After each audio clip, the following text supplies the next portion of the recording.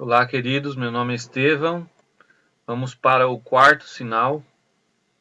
O quarto sinal da vinda de Jesus seria a evidência geográfica. E dentro dessa evidência geográfica, vou apresentar algumas evidências numéricas também. Não sei se vocês têm conhecimento, mas existe uma matéria na teologia que se chama numerologia bíblica. Não é a numerologia que nós entendemos como as pessoas que fazem disso um misticismo, mas Deus ele trabalha muito com números. E Romanos 11, 25 e 26, eu leio para vocês, diz assim: Não quero que ignoreis esse mistério, para que não sejais presunçosos. Israel experimentou o endurecimento em parte, até que chegue a plenitude dos gentios. E assim todo Israel será salvo, como está escrito: virá de Sião o Redentor e desviará de Jacó a impiedade. Jacó é Israel. Nós entendemos que aqui nesse mundo, né, isso é dados de censo, que nós estamos em 7,35 bilhões de pessoas, de habitantes na Terra. Nós estamos indo para 8 bilhões em 2030. Olha que interessante. O 7 na numerologia bíblica é o número da plenitude e o número 8 é o número do recomeço. Então nós estamos indo do 7 para o 8, ou seja, segundo esse versículo de Romanos 11, 25, fala a respeito de plenitude dos gentios. E Israel estaria endurecido até que se cumprisse o tempo da plenitude dos gentios. Então, eu acredito que esses 7 bilhões de pessoas têm tudo a ver com a plenitude dos gentios. Mesmo porque a plenitude dos gentios também é algo que se revela através do evangelho, percorrendo todos os continentes do mundo. E o evangelho já percorreu todos os continentes. Atualmente, o evangelho tem voltado para o ponto inicial, né, Jerusalém. Nós vemos que muitos judeus têm se convertido, muitos islâmicos também têm se convertido. Então isso é um grande sinal de que a plenitude dos gentios acabou. Nós vemos que quando isso acontecesse, o povo de Israel ia começar a se converter novamente, para que eles viessem a ser salvos, para que a iniquidade, o redentor deles viesse e desviasse de Israel a iniquidade. Nós vemos que o povo de Israel, né, o povo judeu, são 8 milhões de habitantes. Né?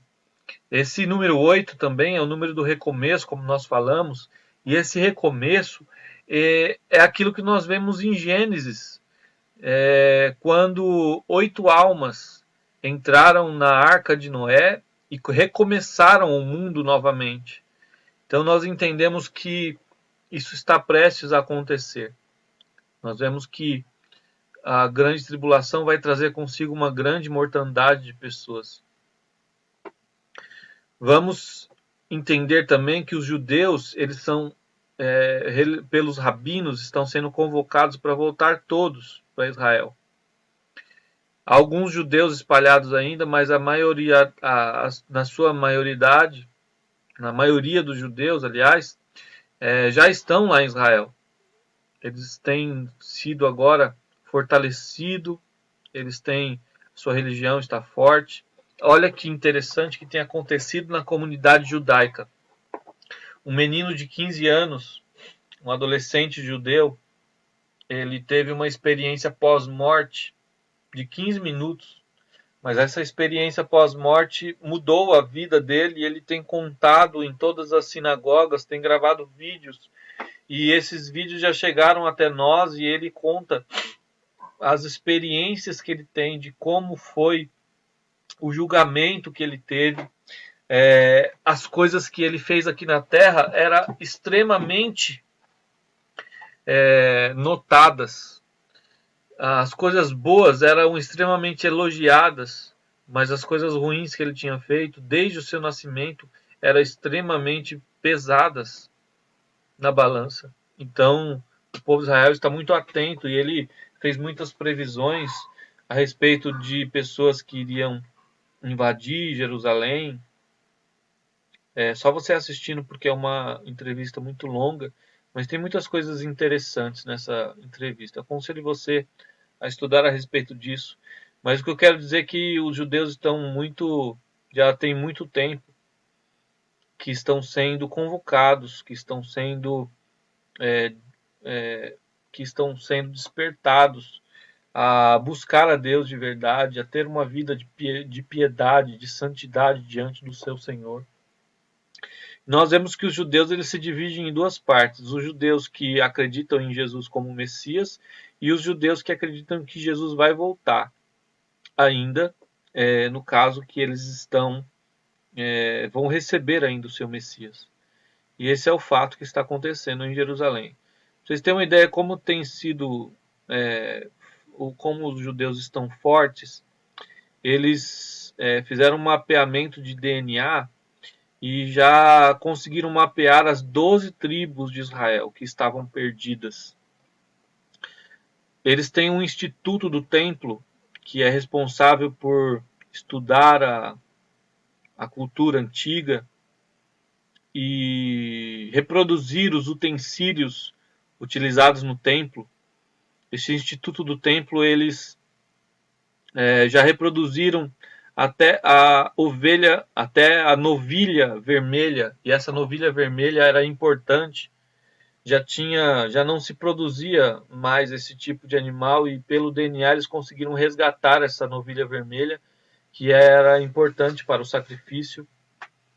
Então, essa novilha vermelha está na Bíblia, pode procurar que você acha. Não lembro a passagem agora, mas está lá. Outro fato curioso é que os islâmicos também têm o seu Messias. A diferença é que o Messias deles é toda a característica de um anticristo.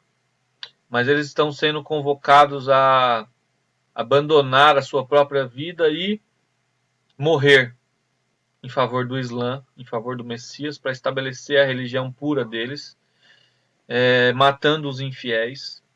E nós vemos aí que muitos têm atendido a esse chamado. Nós vemos que Israel está forte, tanto espiritualmente, como belicamente, como financeiramente, como exatamente a profecia de Ezequiel 37, 21 está cumprida, está sendo realizada na vida deles. Diz assim, ó: assim diz o soberano, o Senhor: tirarei os israelitas de entre as nações por onde foram expatriados e os reunirei de todas as partes e os assentarei na sua própria terra. Eles já estão na própria terra. Queira o mundo ou não, ajudando o mundo ou não, eles já estão lá. E outro fato interessante numérico, que o calendário de 2017 termina aí com o número 7. Nós vamos ver essa questão de 2017 mais afinco na evidência astronômica, mas o fato que de 2017 termina com o número 7 e os 5.777 são 3 sets também.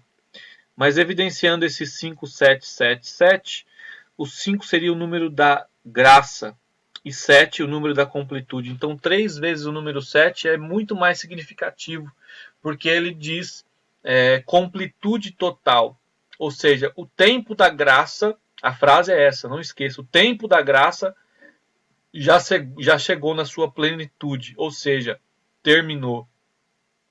É bem possível que daqui para frente a terra entre em caos devido à grande tribulação e a igreja seja arrebatada por esses dias.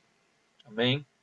Então essas são as evidências geográficas e nós começamos a traçar um pouco do calendário, um pouco de como está a nossa terra. A evidência das festas judaicas, nós voltamos um pouco no passado para que a gente possa entender um pouquinho do futuro. Colossenses 2:17 diz assim, vou começar a partir do versículo 16. Portanto, ninguém tem o direito de vos julgar pelo que comeis, ou pelo que bebeis, ou ainda em relação a alguma festa religiosa, celebração das luas novas ou dos dias de sábado. Esses rituais são apenas sombra do que haveria de vir. A realidade, todavia, encontra-se em Cristo. O que eu quero dizer a vocês com esta passagem? Que as festas judaicas elas são de origem profética. Elas são fatos que o próprio Deus estabeleceu, momentos de compromisso, de celebração do povo de Israel ao seu Deus, ao Deus Todo-Poderoso, o único Deus.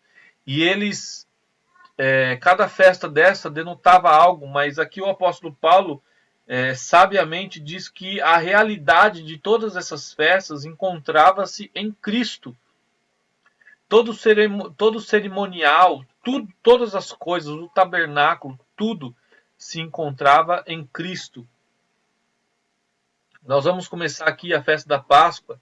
A festa da Páscoa, ela comemorava-se a morte de um cordeiro em favor da salvação de uma família.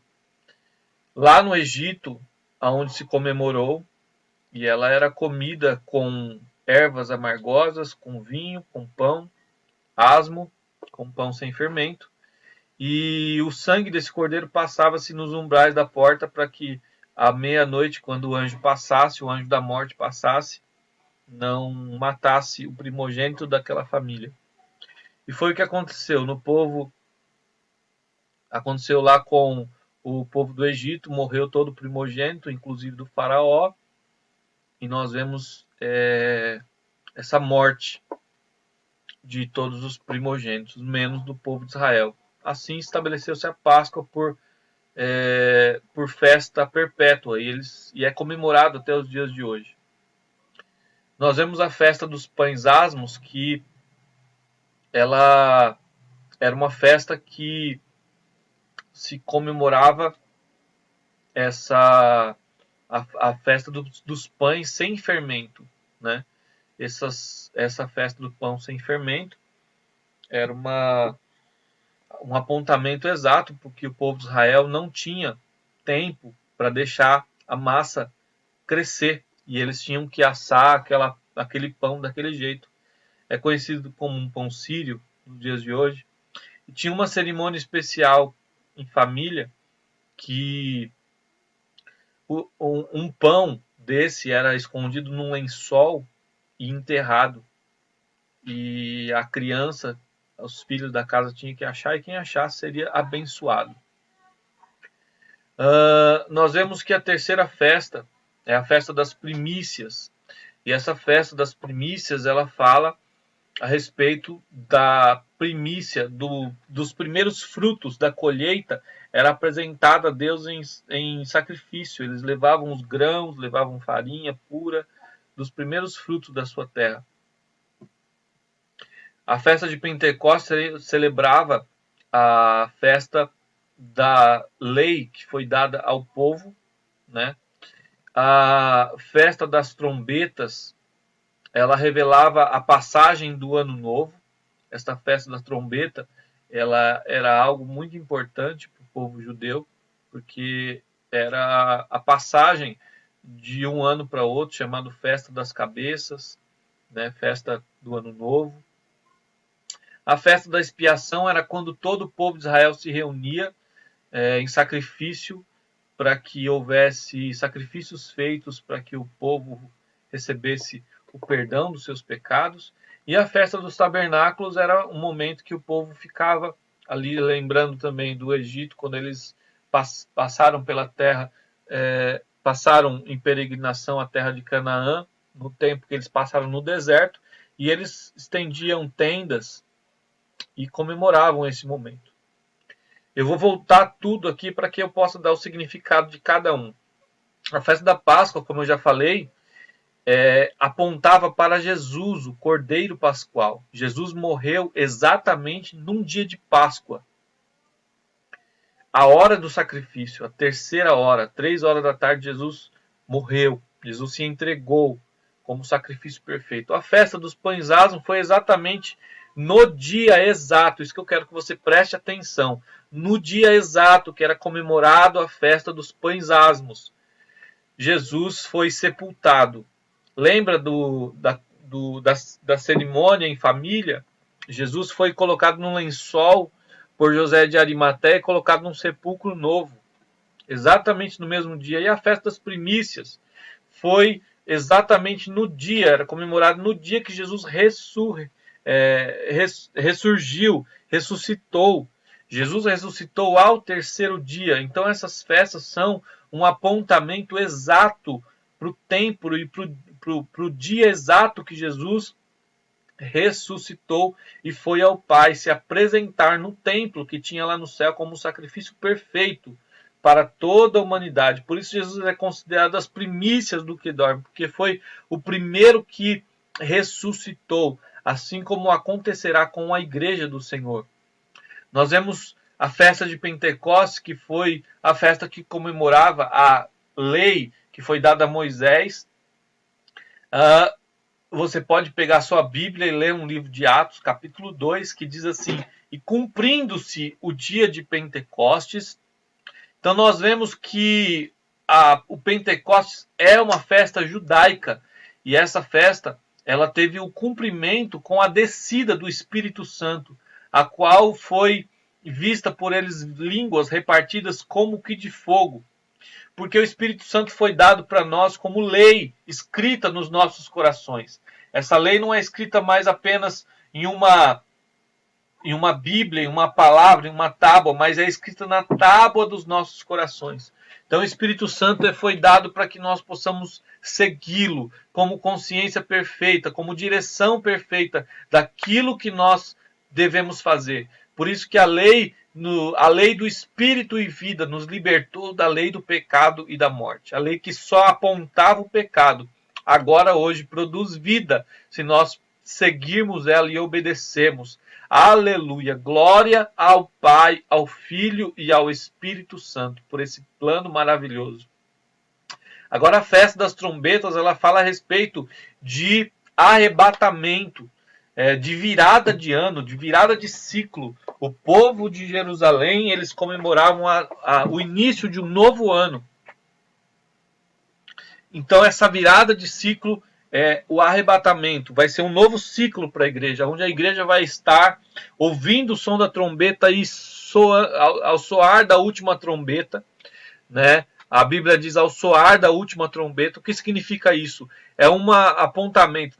Nessa festa da trombeta tinha vários momentos que eles tocavam a trombeta.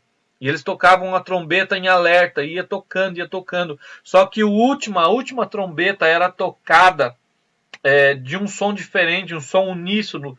Pá, e todo mundo ouvia aquilo e eles sabiam que estava começando o início de um novo ano. E essa sexta festa seria a festa de expiação. E o que representa essa festa da expiação? O momento que vai ser expiado o pecado do povo de Israel será exato no momento da grande tribulação. A grande tribulação vai fazer com que o povo de Israel se arrependa dos seus pecados e se convertam ao verdadeiro Messias.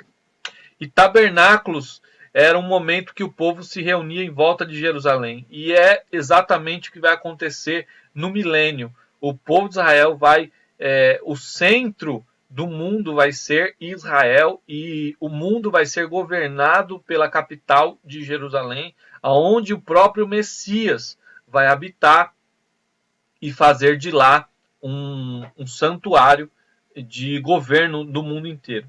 Mas ainda voltando a essa festa de trombetas, eu quero falar um pouquinho mais a respeito dela. O chifre que era, ou melhor, a trombeta que era tocado, esses sons, era com um chifre de carneiro, exatamente apontando para a morte do Messias e ressurreição. O que acontece? Essa festa, ela tinha um momento de se cumprir. Ela não era um dia marcado, mas era um dia que tinha que ser olhado para o céu. Ao sinal da lua nova, as pessoas tinham que ficar olhando para o céu para contemplar.